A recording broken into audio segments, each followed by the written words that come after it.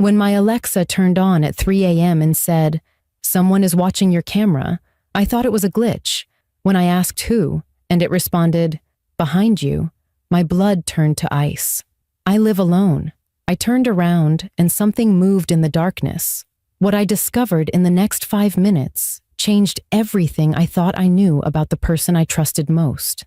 My name is Kara Hoffman.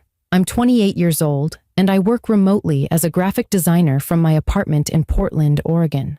I live alone on the 3rd floor of a converted warehouse building, surrounded by smart home devices I thought made my life easier and safer. The voice that came through my Alexa that night wasn't warning me about a stranger. It was alerting me to someone who'd been inside my home, who knew my routines, who'd been watching me for weeks. And the worst part? It was someone I knew. Before we dive into what happened, make sure you hit that subscribe button and drop a comment telling me where you're watching from. I moved to Portland 8 months before that terrifying night. My apartment is in the Pearl District, one of those trendy converted warehouse buildings with exposed brick walls, huge industrial windows, and all the modern features you could want. It's a 900 square foot loft, and I fell in love with it the moment I walked in. After years of feeling trapped in a relationship that wasn't healthy, having my own space felt like freedom. I should explain why I moved.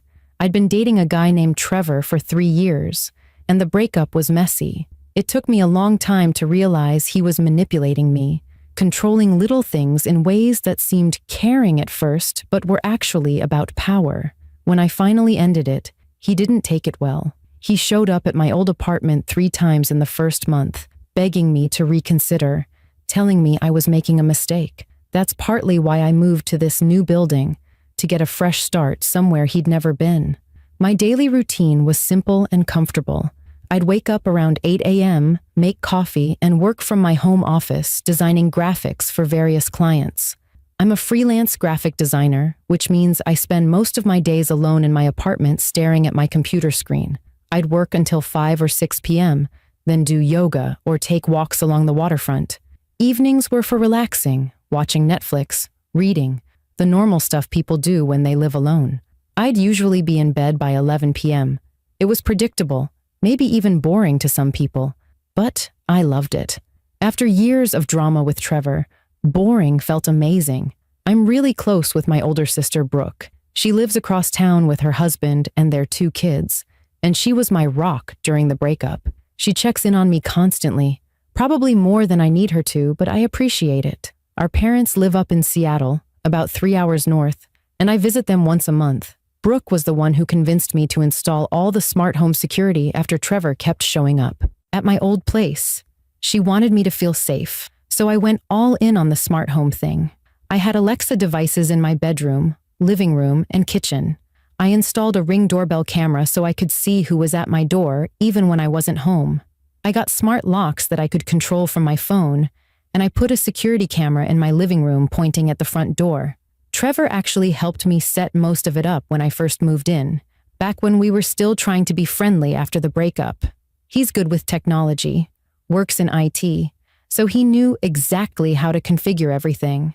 At the time, I thought it was nice of him to help. I had no idea what a mistake that was. I'd been living in that apartment for 8 months, feeling safe and independent, rebuilding my life. I'd even started dating casually again. Nothing serious, just a few dates here and there with guys I met on apps or around the neighborhood. There was Marcus, who I went out with 3 times before we both decided there wasn't a real connection, and Ryan, a barista at my favorite coffee shop who asked me out twice. Nice guys, but nothing that went anywhere. The night everything fell apart was a Wednesday in late October. I'd worked late finishing a project for a demanding client, ordered Thai food for dinner around 8 p.m., and spent the evening watching a true crime documentary series on Netflix. I remember thinking how ironic it was that I was watching stories about home invasions and stalkers while feeling completely safe in my own apartment with all my security technology protecting me. I went to bed around 11:30, and like I did every single night, I checked my phone to make sure my smart lock was engaged and my Ring doorbell was active. Everything showed secure. Everything looked normal. I fell asleep thinking about the project I needed to finish the next day, completely unaware that someone had been watching me for months. I woke up to a voice in the darkness, not a human voice, but my Alexa speaking from across the room where it sat on my dresser. "Someone is watching your camera." The blue ring was glowing, pulsing in the dark bedroom like a tiny lighthouse. My heart jumped into my throat, and I sat straight up in bed, completely disoriented and confused. I grabbed my phone from the nightstand, and the screen showed 3:14 a.m. For a few seconds, I just sat there trying to make sense of what I'd heard. Maybe I'd been dreaming. Maybe I said something in my sleep that triggered the device. Smart speakers do weird things sometimes, right? They activate randomly, they misunderstand words, they glitch. "Alexa, stop," I said, my voice rough and shaky from sleep. But instead of going silent, the device responded again.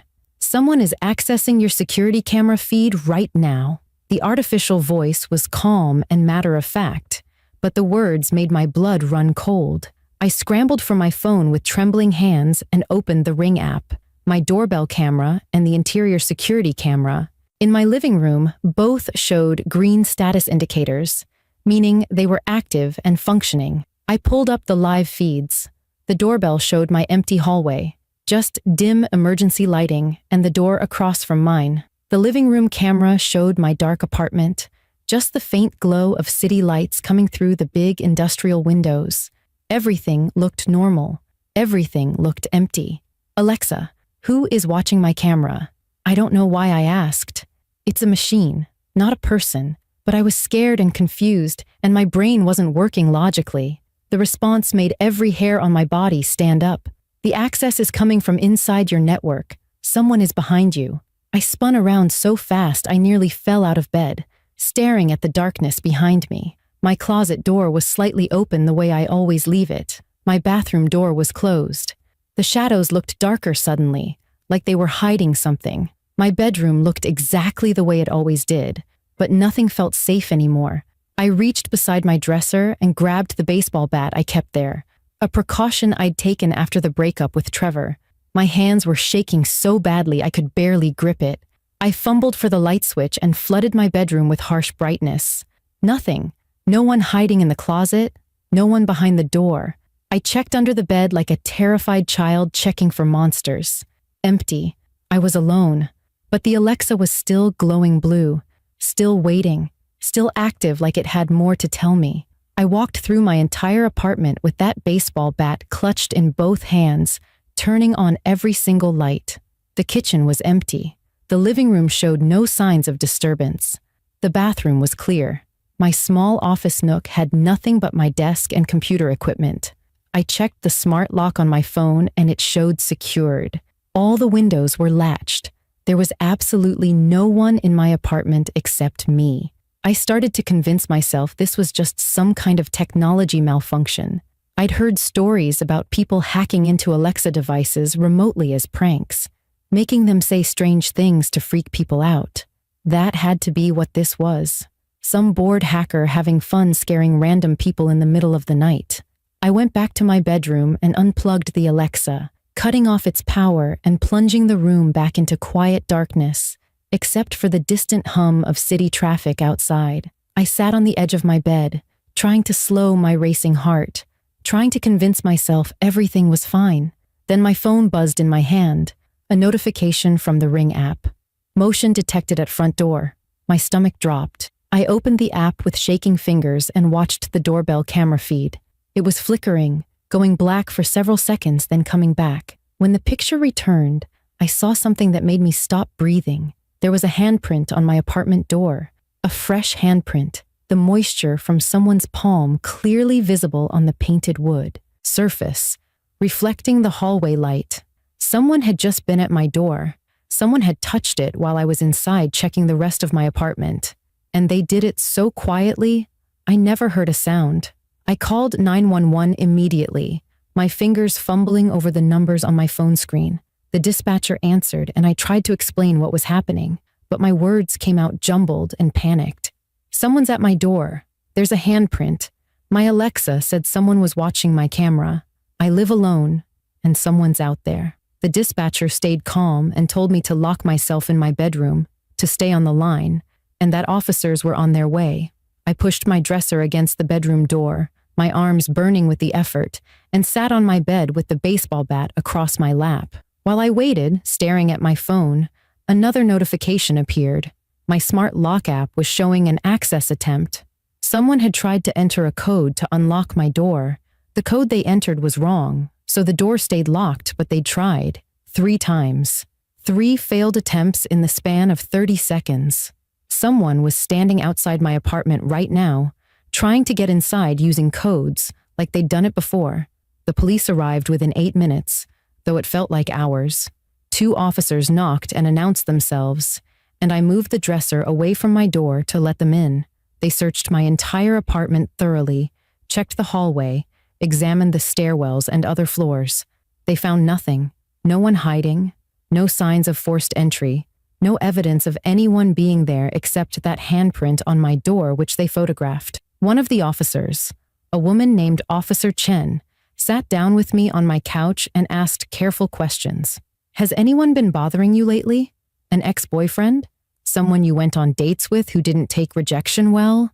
Anyone who might know where you live and have a reason to scare you?" I immediately thought of Trevor, but I shook my head. My ex-boyfriend and I broke up 8 months ago. He moved to California for a job. I haven't heard from him since July. I mentioned Marcus and Ryan, the guys I'd dated casually, but neither of them seemed like the type to do something this creepy. Officer Chen asked if she could look at my smart home app settings. I handed her my phone and watched as she scrolled through the access logs and security settings. Her expression changed as she read something on the screen. "Ms. Hoffman, your smart lock shows someone successfully accessed it 2 weeks ago at 2:37 a.m. The log says it was opened with a valid code, not forced. Do you remember letting anyone into your apartment at that time?" My mind went completely blank. 2 weeks ago, I was asleep at 2:37 in the morning. No one came over. No one should have been able to get in. That's impossible. I would have heard the door. My smart lock beeps when it opens. Officer Chen's face was grave as she turned the phone toward me. "Unless someone disabled the chime function first."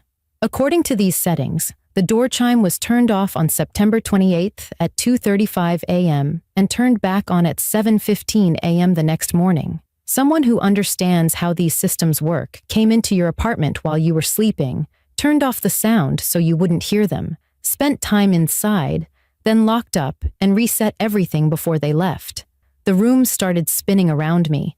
Someone had been inside my apartment while I slept, walking through my home, standing in my bedroom maybe, looking at me while I was unconscious and vulnerable.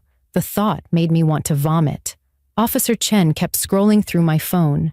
There are 4 instances of this: September 28th, October 4th, October 11th, and October 18th. Someone has been entering your apartment in the middle of the night, approximately once a week for the past month. Tonight they tried to get in again, but used an incorrect code, which means either their access was revoked or they no longer have the right code memorized.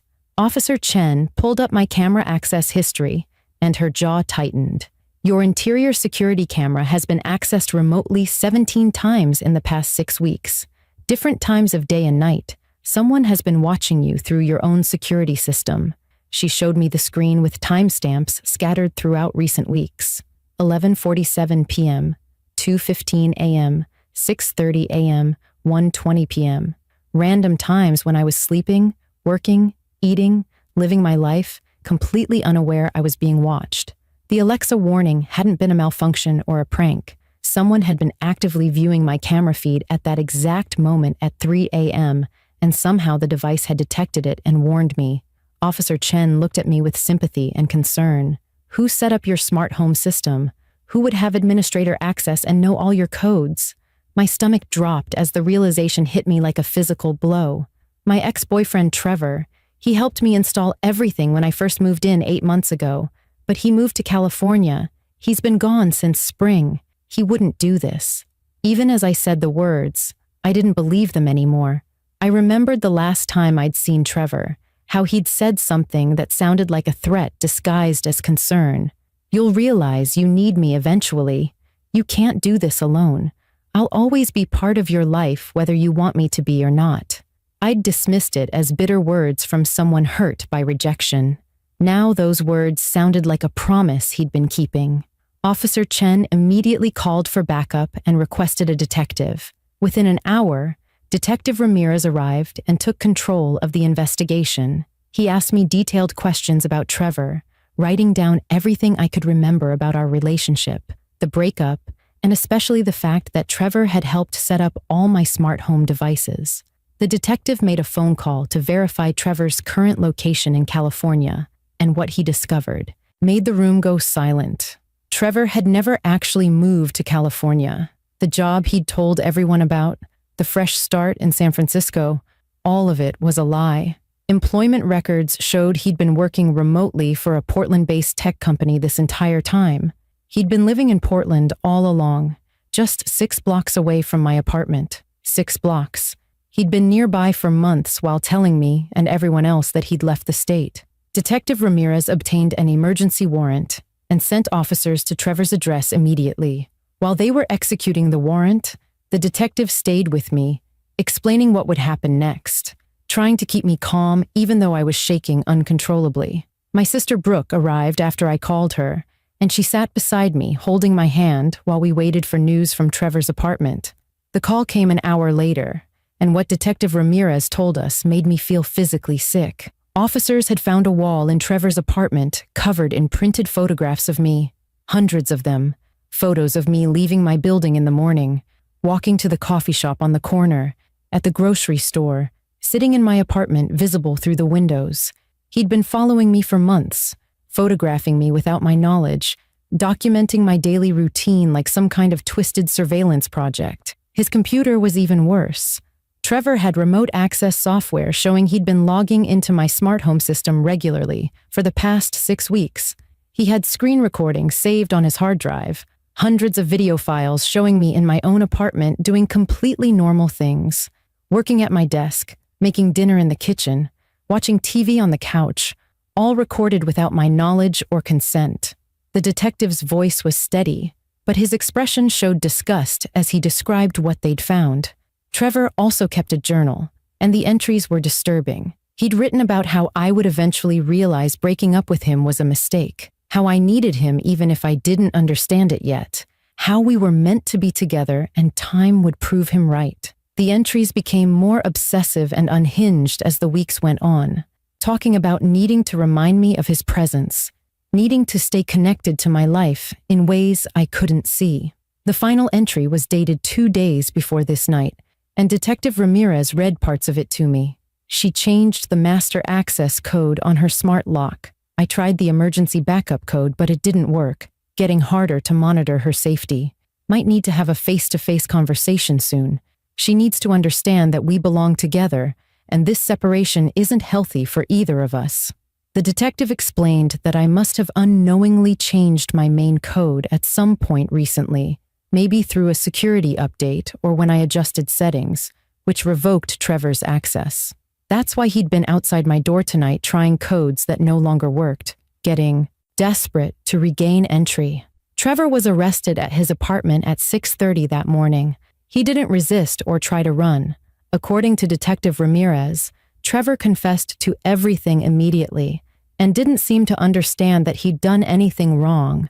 He told the officers he was protecting me, watching over me to make sure I was safe living alone. When they asked about entering my apartment while I slept, he admitted to 4 separate break-ins where he'd walked through my home in the middle of the night.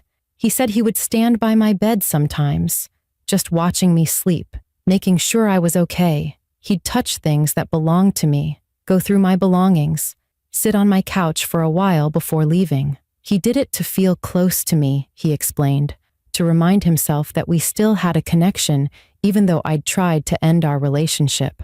When detectives asked Trevor about the Alexa warning that had woken me up, his demeanor changed. He became agitated and defensive. He insisted he hadn't triggered that warning. He'd been at home watching my camera feed remotely when suddenly the Alexa in my bedroom activated on its own and spoke those words about someone watching. He'd panicked, thinking I had somehow detected his remote access or installed new security that caught him. That's when he'd grabbed his keys and rushed to my building, trying to use his old codes to get inside one more time before I could completely lock him out of the system. That explained the handprint on my door and the failed access attempts. Technical experts later examined my smart home system, trying to understand why the Alexa had spontaneously warned me. They found evidence of unusual access patterns that night, multiple connection points trying to view my camera feed simultaneously, which might have triggered some kind of automated security response. But none of them could definitively explain why the device spoke those specific words at that exact moment when Trevor was actively watching me. Some said it was sophisticated AI security detecting an intrusion. Others called it a glitch with incredibly fortunate timing. My sister Brooke thinks it was something more, some kind of intervention I'll never be able to explain. I don't know what I believe, but I know that warning saved my life. Trevor was charged with multiple felonies, including stalking, burglary, unlawful surveillance, computer crimes, and violation of privacy. The evidence against him was overwhelming and undeniable. The photographs covering his wall, the video recordings on his computer, the access logs from my smart home system, and his own detailed journal entries all painted a clear picture of obsessive stalking that had been going on for months. His lawyer tried to argue that because Trevor had helped install my smart home system, he believed he had implied permission to access it. The judge rejected that argument completely, stating that helping someone set up security devices does not grant perpetual access to monitor them without consent, especially after a relationship has ended. Trevor was sentenced to 6 years in prison with a permanent restraining order that would remain in effect after his release. The prosecutor told me privately that based on items found in Trevor's car that night and the escalating tone of his journal entries, they believed he was planning to physically confront me or possibly hold me captive if he'd succeeded in getting into my apartment. The timeline suggested that night was going to be when he made his move, when he stopped just watching and started acting. If the Alexa hadn't woken me up, if I hadn't called the police, he would have eventually found a way inside. I couldn't stay in that apartment after learning the truth. The knowledge that Trevor had been inside multiple times while I slept, that he'd stood over my bed watching me, that he'd gone through my personal belongings, completely destroyed any sense of safety I'd felt in that space. Every corner of that apartment felt contaminated by his presence. I broke my lease and moved in with Brooke and her family for 2 months while I searched for somewhere new to live. Her kids didn't fully understand why Aunt Kara was suddenly living in their guest room and sometimes crying at random moments, but they were sweet about it, drawing me pictures and sharing their toys to cheer me up. Eventually, I found a small house to rent in a completely different neighborhood, somewhere Trevor had never been, somewhere with no connection to our past. I hired a professional security company to install a new system with military-grade encryption and access controls that only I manage. No one else has codes or remote access capabilities. I also got rid of all voice-activated smart speakers. No more Alexa devices, no more Google Home, nothing that listens in the background. The convenience of asking a device to play music or check the weather wasn't worth the vulnerability and the memories of that night when an artificial voice warned me someone was watching. The experience fundamentally changed how I think about technology and privacy. I'd believed that smart home devices made me safer and more secure, that all those cameras and locks and connected systems were protecting me. Instead, they'd been weaponized by someone with technical knowledge and malicious intent. Trevor had turned my own security system into a surveillance network, using the very tools I'd installed for protection to stalk me and invade my privacy for months without my knowledge. Detective Ramirez told me this is becoming increasingly common in domestic abuse and stalking cases. Abusive partners exploit smart home technology because many people don't understand how to properly secure these devices or don't realize they can be accessed remotely. I started speaking publicly about my experience, doing interviews with local news outlets, and writing articles about technology safety. I wanted other people to understand the risks and learn how to protect themselves.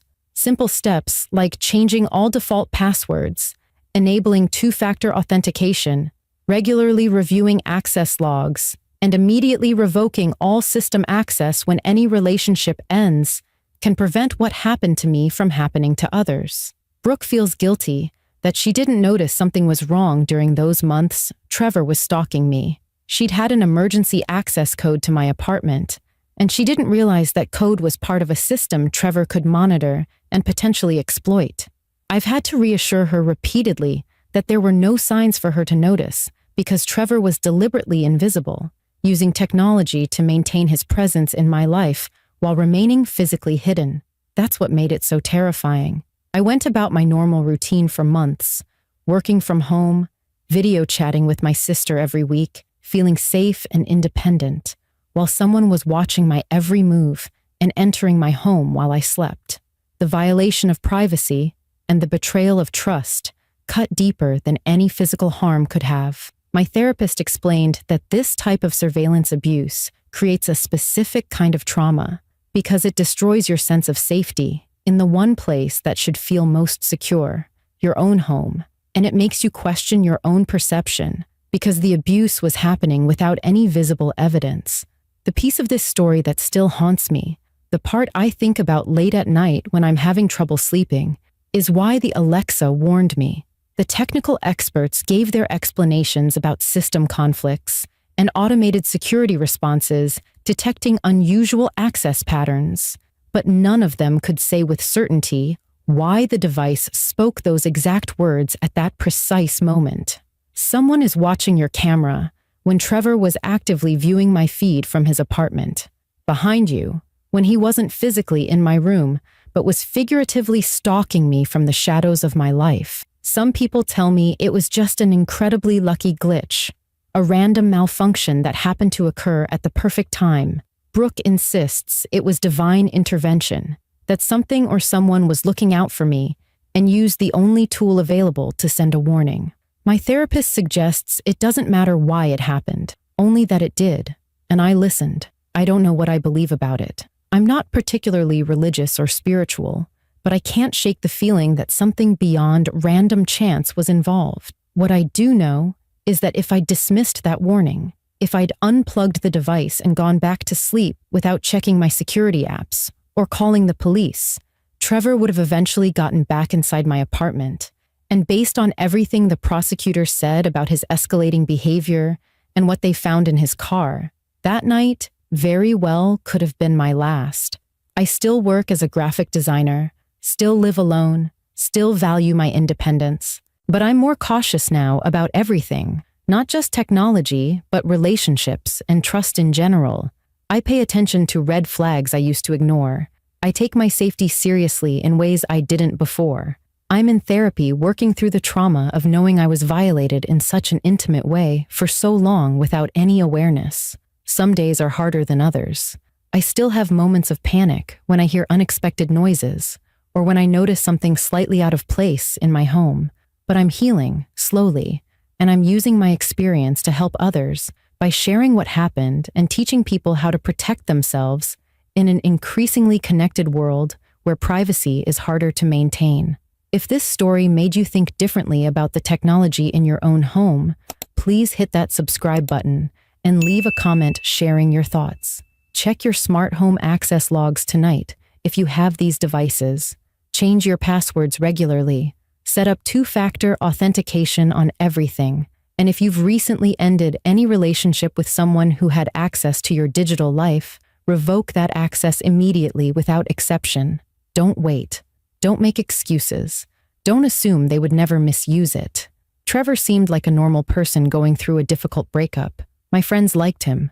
My family thought he was good to me for most of our relationship. No one suspected he was capable of months of calculated stalking and repeated break-ins. You can't always predict who will become dangerous, but you can protect yourself by controlling who has access to your home and your private life, both physically and digitally. Stay safe, trust your instincts, and remember that the most dangerous threats often come from people who once had our trust. Thank you for watching.